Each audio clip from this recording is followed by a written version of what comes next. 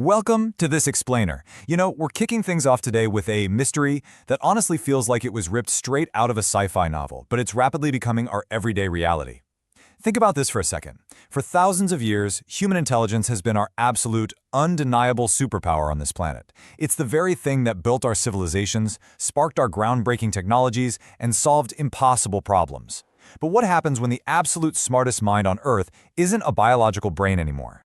It's a massive paradigm shift, right? We've really reached a critical point where we have to fundamentally question not just how smart we are as a species, but what the actual shape of future intelligence is going to look like. Are we seriously looking at a future where the crown of intelligence is just handed over? Section 1. The evolution of intelligence. Because to truly understand where we're going, we first have to look at where we came from. Human intelligence has never just stayed static. It is constantly, relentlessly evolving. Millions of years ago, our brain power was pretty much entirely focused on basic survival. It was about finding food, dodging predators, and just staying alive against some really tough odds. Then, thousands of years ago, we hit a real game changer: language. Suddenly, we had the ability to share complex ideas and build communities.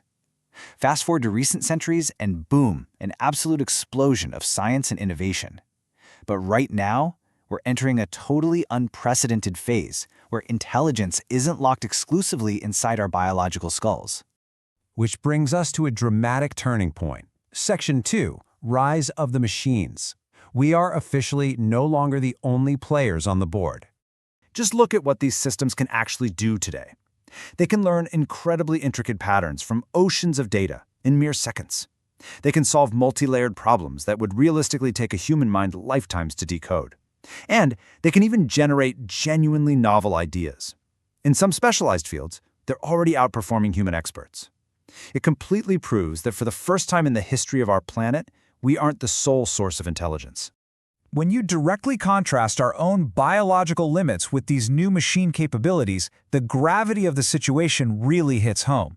We are inherently bound by biology. We have strict limits on our memory, our processing speed, our attention spans. We get tired, right? We forget where we put our keys.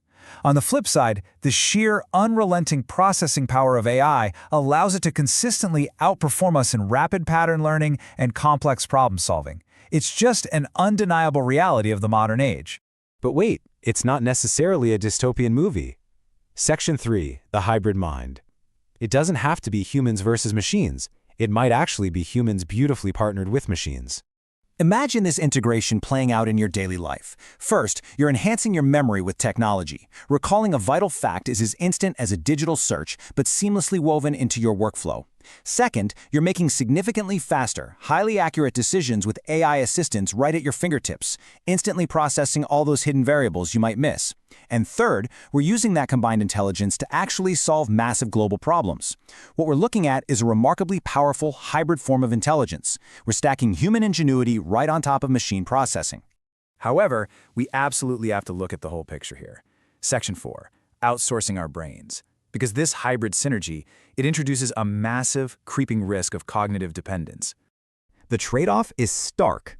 True deep thinking requires actively using our own brains. It means deliberately memorizing things, wrestling with frustrating concepts, and literally building biological neural pathways.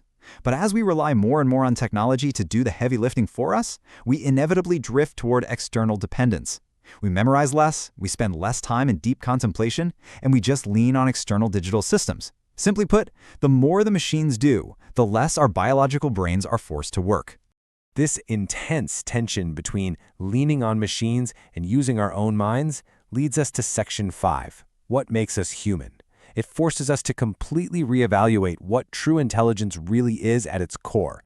Because maybe being smart isn't just about pure processing speed or vast data storage. Consider the true pillars of human intelligence: creativity, emotion, and awareness. These are the very things that machines still fundamentally struggle to replicate. We feel deeply, we empathize, and we create from a place of conscious, lived awareness.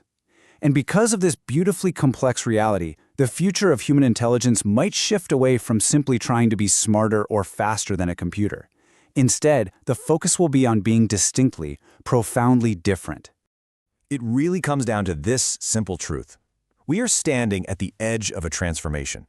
The future is wildly uncertain. It could expand our capabilities beyond our wildest dreams through that hybrid synergy, or it could subtly shift our cognitive habits into something entirely dependent. But one thing is absolutely clear. The very way we think, learn, and exist as a species is fundamentally changing. So, I want to leave you with this provocative thought to ponder about your own daily habits. When you hand a task over to an algorithm, are you evolving your capabilities to free up time for deeper thought, or are you just outsourcing your intelligence?